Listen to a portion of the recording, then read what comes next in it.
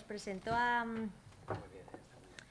Nacho Capilla. Él es licenciado en Historia del Arte aquí por la Universidad de Valencia y profesor de secundaria en la especialidad de Geografía e Historia, y desarrolla su actividad profesional en diversos institutos públicos de las provincias de Valencia y Alicante desde el 2009. En el ámbito de la historia del arte fue coautor del curso de extensión universitaria Lo lúdico en la cultura visual contemporánea y ponente en el curso Poeticidad en el arte.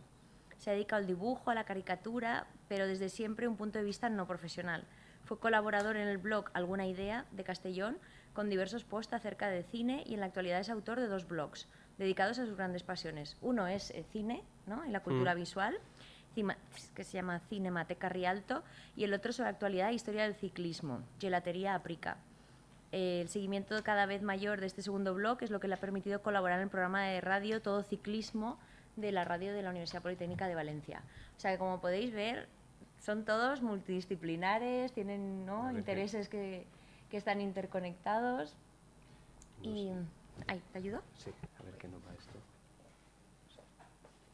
No lo reconocemos, ¿no? Ay, ayer ya tuvimos ese problema. A ver. Me cachis.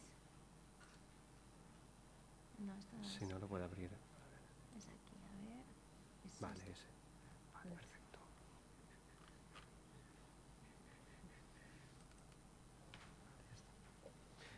Bueno, buenos días a todos y a todas. Bueno, mi presentación, la verdad es que va a enlazar también muy bien con la de Ulises, porque realmente voy a hablar de bicicletas, y Sempe pues es un artista que también, un ilustrador, que también estuvo muy vinculado al mundo de la bicicleta. Bueno, para empezar, yo os voy a hablar de un ilustrador francés no muy conocido. René Pelós es su nombre. Y sobre todo voy a enfocar y voy a tratar de hablar y de explicaros un poco cuál fue su vinculación con un evento deportivo que con el paso del tiempo se ha convertido en un evento cultural también de Francia, que es el Tour de Francia. Inicialmente, bueno, la cuestión de por qué hablar de Pelós, tenemos que acudir un poco a la autobiografía. En mi caso, mi padre, un gran amante del ciclismo, coleccionaba revistas de ciclismo, y en ellas yo de pequeño pues iba mirando las fotografías de los ciclistas antiguos, de los ciclistas de los años 60, 70, y allí encontré pues las caricaturas de este ilustrador. Y a partir de ese momento pues quedé absolutamente fascinado por el mundo, por el universo que mostraba este ilustrador. Aquí podéis ver un breve apunte biográfico. Su auténtico nombre era René Pelagán, más conocido como Pelós. Nació con el siglo, nació en 1900, murió ya en 1998. Y su carrera pues tiene como 2 vertientes. Tiene una vertiente de lo que sería la tradicional bande dessinée, del cómic o el tebeo, como queramos llamarle, con la obra de Les Pieds Nickelés, y luego de lo que vamos a hablar más, que es de su faceta como ilustrador en una serie de revistas. Sí. No cogemos el ordenador desde allá. No, Vale. Nacho. Sí, Tú sigo. Una serie de ilustraciones en una serie de revistas. En este caso, bueno, aprovecho y bebo agua. Sí. Tendré que cerrar, ¿eh? No, es que no termina el Vale. técnico de visuales que está en casa Cristina de ver. ¿Es Vale, este? sí, ese es. Bueno, si no, retomamos desde el principio. Que vas, aquí tienen un arte, te cortan, Vale. te ponen, te pegan y... ¿Tampoco? Por ya. A ver. Claro. Alguien ha minimizado esto. Vale, esto presente. Ahora sí. Vale. Bueno, ya funciona. Bueno, retomo lo que estaba diciendo. Como os estaba comentando, bueno, Pelós tiene 2 vertientes, ¿no? Tiene una vertiente como dibujante de cómics. Él, sobre todo, siguió la serie de Les Pieds Nickelés, que era una serie de cómics que no había comenzado él. La desarrolló, fijaos las fechas más o menos de 1948-1981. Vamos a ver cómo Pelós desarrolló su obra prácticamente en los 30 años, los 30 años gloriosos de la cultura francesa, que van desde 1945 hasta 1975, años en los que bueno, pues, fueron muy fructíferos para la cultura francesa, tanto desde el mundo del cómic como del cine. Ahí tenemos a Jacques Tati, Robert-Bresson, la Nouvelle Vague, le Nouveau Roman en el caso de la literatura, la canción también francesa, y también tenemos toda la escuela franco-belga, a la que más o menos se acerca un poquito Pelós. Y de lo que vamos a hablar más es de este segundo apartado, que son las ilustraciones que él hizo para una serie de revistas especializadas en el mundo del ciclismo, como son Match Lintran, que es anterior a la Segunda Guerra Mundial, y ya posteriormente a la Segunda Guerra Mundial, dos revistas, Miroir Splint primero y luego Miroir du Cyclisme, en las que él desarrolló pues, su obra. Aquí están un poco los apartados que voy a seguir un poco a la hora de hablar de Pelós. En primer lugar, vamos a ver cómo Pelós crea toda una simbología propia acerca del Tour de Francia, crea una serie de imágenes particulares que se van repitiendo a lo largo de sus ilustraciones. Luego veremos también cómo su obra de alguna manera se deja influenciar por lo que es el paso del tiempo. Veremos cómo los cambios sociales que vive Francia se reflejan en su obra, en algunos casos a su pesar, porque hay que decir que Pelós no era una persona, diríamos, progresista para la época, y luego veremos un poco cuáles sean las características de su estilo. En esta primera imagen tenemos un poco dos de los símbolos más importantes de la obra de Pelós. Uno son las montañas con semblante, las montañas personificadas, y en el otro caso, este personaje que aparece aquí, detrás de las montañas, ataviado aquí con un martillo, ¿no? Y un personaje así barbado, como un personaje de las nieves, que es el hombre del mazo. Estos dos personajes, o estos dos temas, son dos de sus símbolos más apreciados y que vamos a ver que se repiten a lo largo de su obra. En este caso hay que pensar que Pelós, junto con los periodistas de estas revistas, lo que hicieron fue hacer del Tour de Francia un relato mítico, en cierta manera. Hay que pensar que estábamos en un momento previo a la televisión, por lo tanto, no podía ofrecer unas imágenes inmediatas de la carrera ciclista y, por lo tanto, el público pues, se basaba fundamentalmente en lo que eran las crónicas muy magnificadas, con muchas referencias a la épica, con un lenguaje a veces que utilizaba pues, términos bélicos, y también en las fotografías que aparecían en estas revistas. A todo ello, a las crónicas y a las fotografías, Pelós lo que hace es dar un comentario irónico, un comentario un poco juguetón. Y en ese caso, pues vemos aquí al ciclista que ha abandonado los Pirineos aparecen con un semblante sonriente, y se va a enfrentar a los Alpes que le esperan con estos semblantes un poco más amenazantes. Casi siempre las montañas en esos semblantes o bien aparecen como dioses benéficos, como sonrientes, ¿no? Y que de alguna manera apoyan el triunfo del ciclista, o bien como elementos torturadores, podríamos decir. Y este personaje, el hombre del mazo, un poco ejemplifica el desfallecimiento puntual que le puede sobrevenir a un ciclista en un momento pues, de cansancio, de agotamiento. Es como si le atizase con el mazo en la cabeza y lo dejase pues, medio confundido, medio aturdido.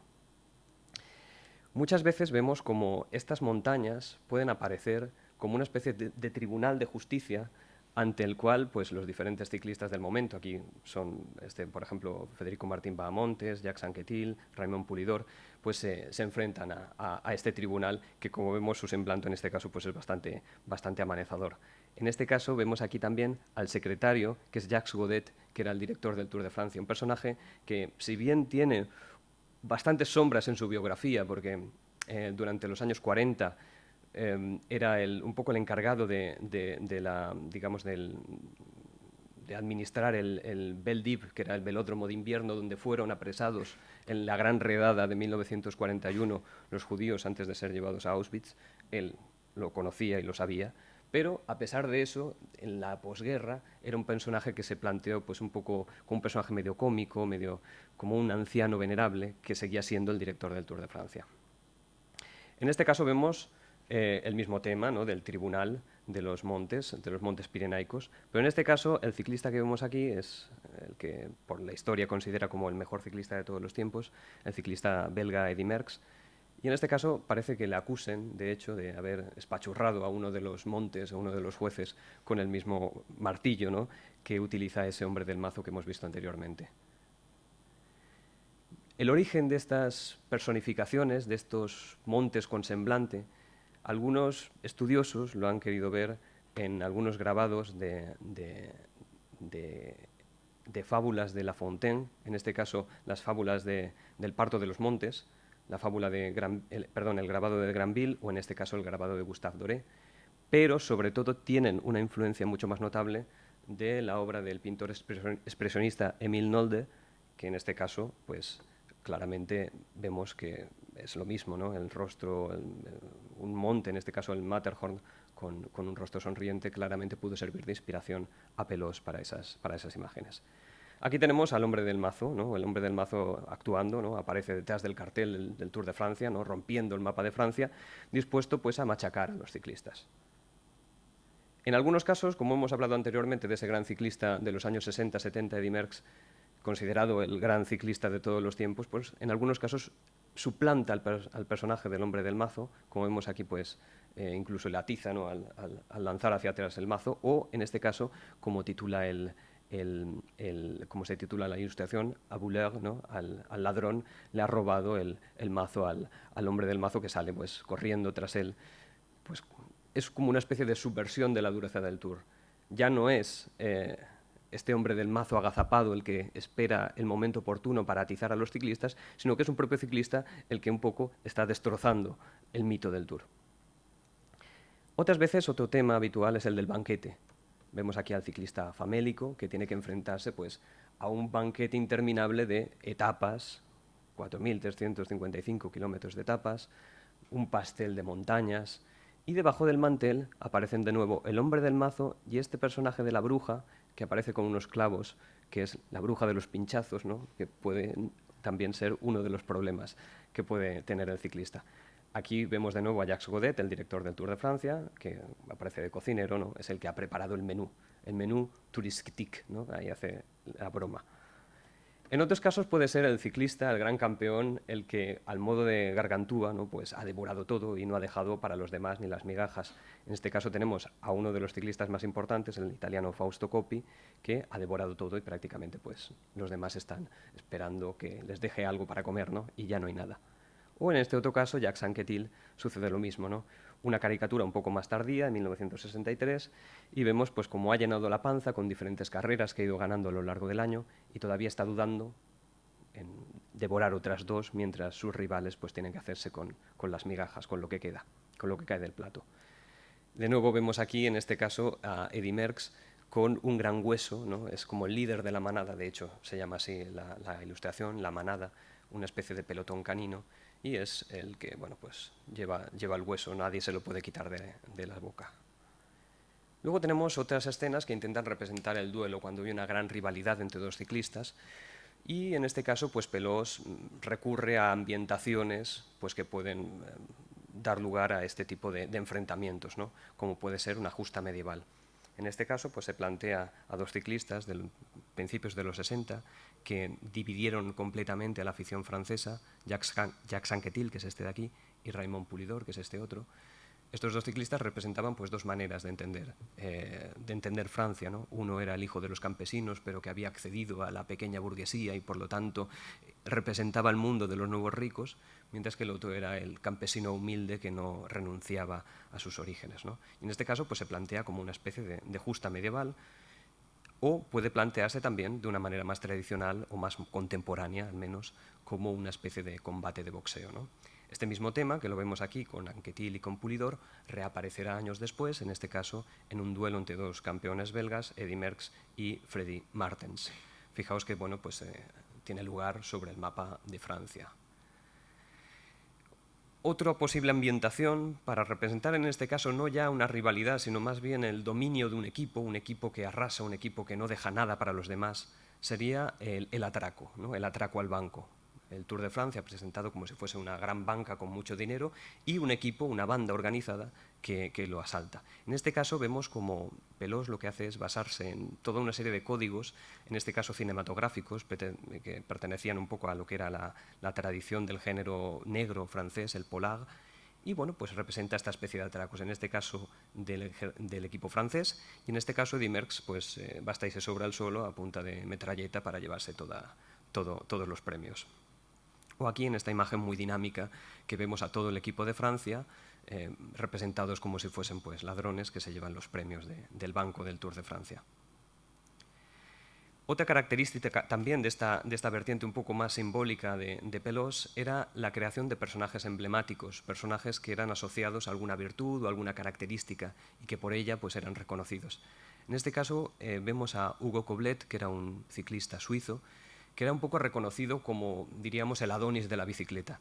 En este caso se le representa en el cielo porque se ha retirado y lo que ha creado es diríamos, un mar de lágrimas entre las aficionadas, no sé si lo veréis bien, pero se trata en este caso de aficionadas femeninas, se ve que han formado un charco con las lágrimas y a través de ese charco, como si fuese un poco el paso del Mar Rojo, ¿no? Pues vemos al pelotón que mira a ambos lados con cierto estupor y un poco malas pulgas por ver que lloran por él y no por ellos. Con lo cual aquí cerraríamos un poco el apartado de esos elementos simbólicos que se han ido repitiendo en la obra de Pelós. Y ahora vamos a ver un poco cómo el cambio de los tiempos afecta también al Tour de Francia y afecta durante toda su trayectoria creativa. En este caso vemos el tema de la mujer, ¿no? Como ya hemos hablado un poco de los roles de la mujer, y aquí nos tenemos que retrotraer un poco a los años 50. Y aquí plantea la posibilidad de qué pasaría si hubiese un Tour femenino. En esta época, cuando lo planteó Pelós, no había Tour femenino, y bueno, hay que decir que en la actualidad tampoco hay un Tour femenino como tal.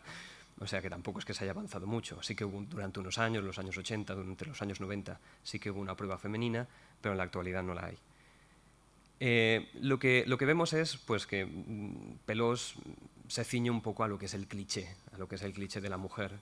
La ciclista se representa como si fuera una pin-up, una mujer de los años 50, y que pues, es cortejada, de hecho, por los ciclistas, por el público, por los periodistas. Es como si la mujer quedase todavía relegada a ese papel de objeto de deseo en este caso y fuese impensable, tanto para Pelós como un poco para los periodistas que le amparaban en su revista, fuese para ellos impensable que la mujer pudiese pues, enfrentarse a la dureza de las etapas de montaña o de la dureza en general del Tour de Francia. Otro de los apartados que también un poco condicionará su trayectoria es la aparición de la televisión.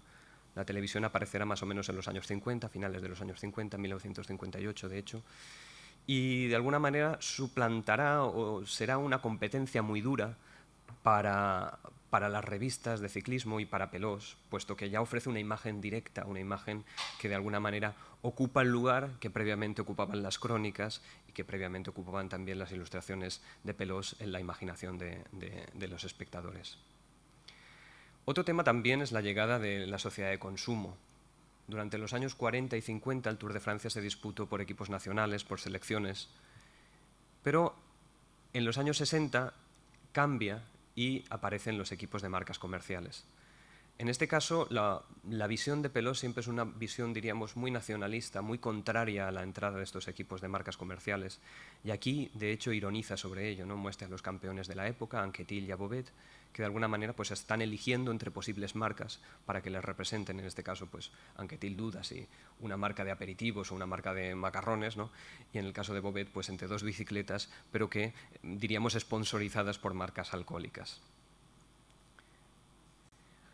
También estamos en una época, años 50, años 60, en los que se ha creado la Comunidad Económica Europea, se ha dejado atrás los años en los que el nacionalismo era un nacionalismo agresivo, los años 30, el periodo de entreguerras, y estamos en un periodo distinto, un periodo en el que, sin haber desaparecido esas diferencias nacionales, vemos que sí que se tratan como una especie de tópicos o estereotipos un poco amables.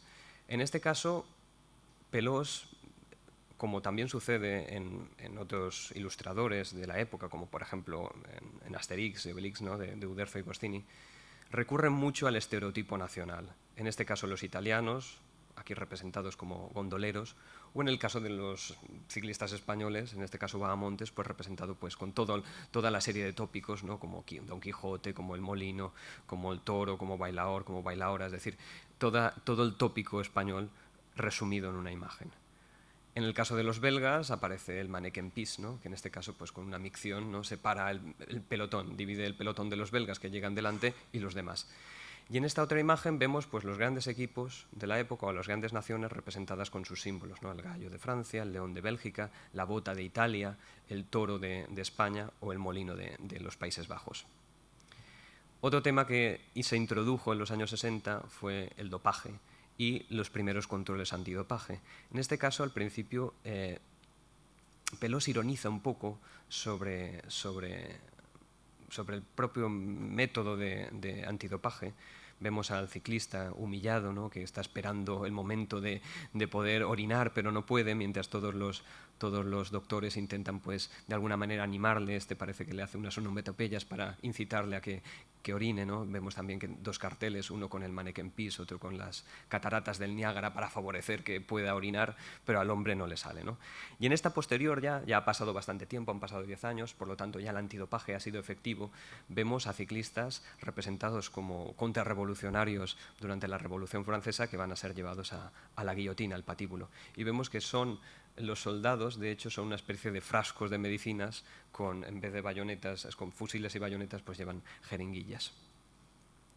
También el cambio de los tiempos, los cambios sociales, afectan a la obra de Pelós. Vemos como los sucesos de mayo del 68 también tienen algún reflejo un poco muy puntual, ¿no? En su obra. En este caso se titula de hecho La barricada y representa pues, a todos los ciclistas franceses montando como una especie de barricada frente a los extranjeros. Es decir, no se ve tanto mayo del 68 desde una perspectiva ideológica como desde una perspectiva más nacionalista.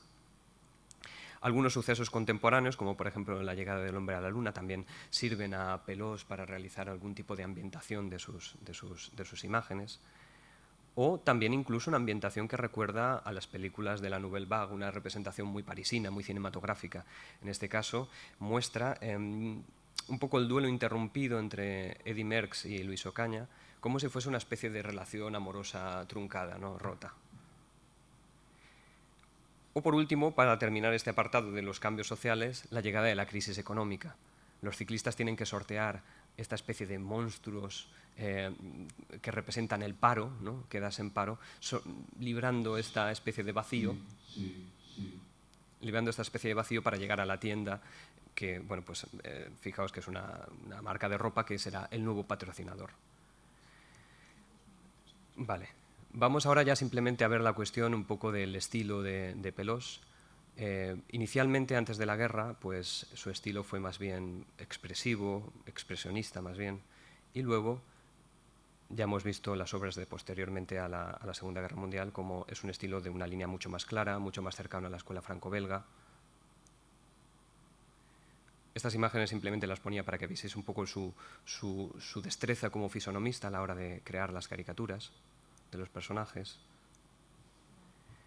Y bueno, otras características siempre es el dinamismo de las escenas, la sinuosidad.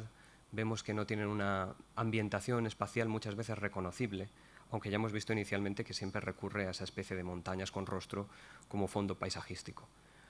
Otro recurso que utiliza, en este caso recuerda bastante a Sempé, es el tema del contrapunto irónico, ¿no?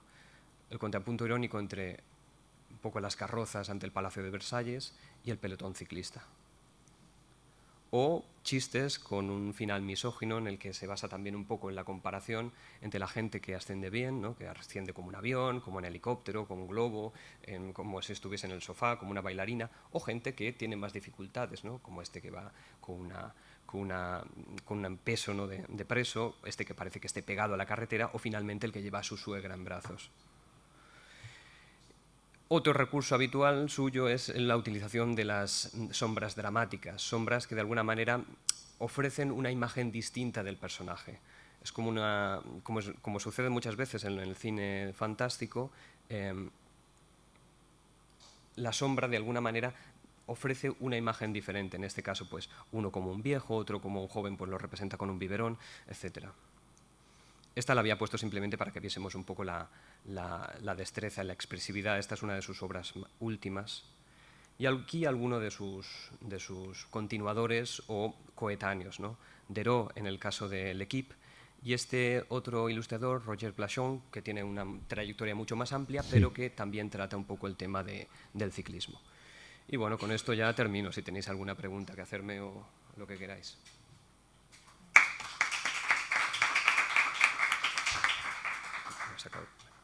¿Alguna pregunta, duda, sugerencia? ¿No?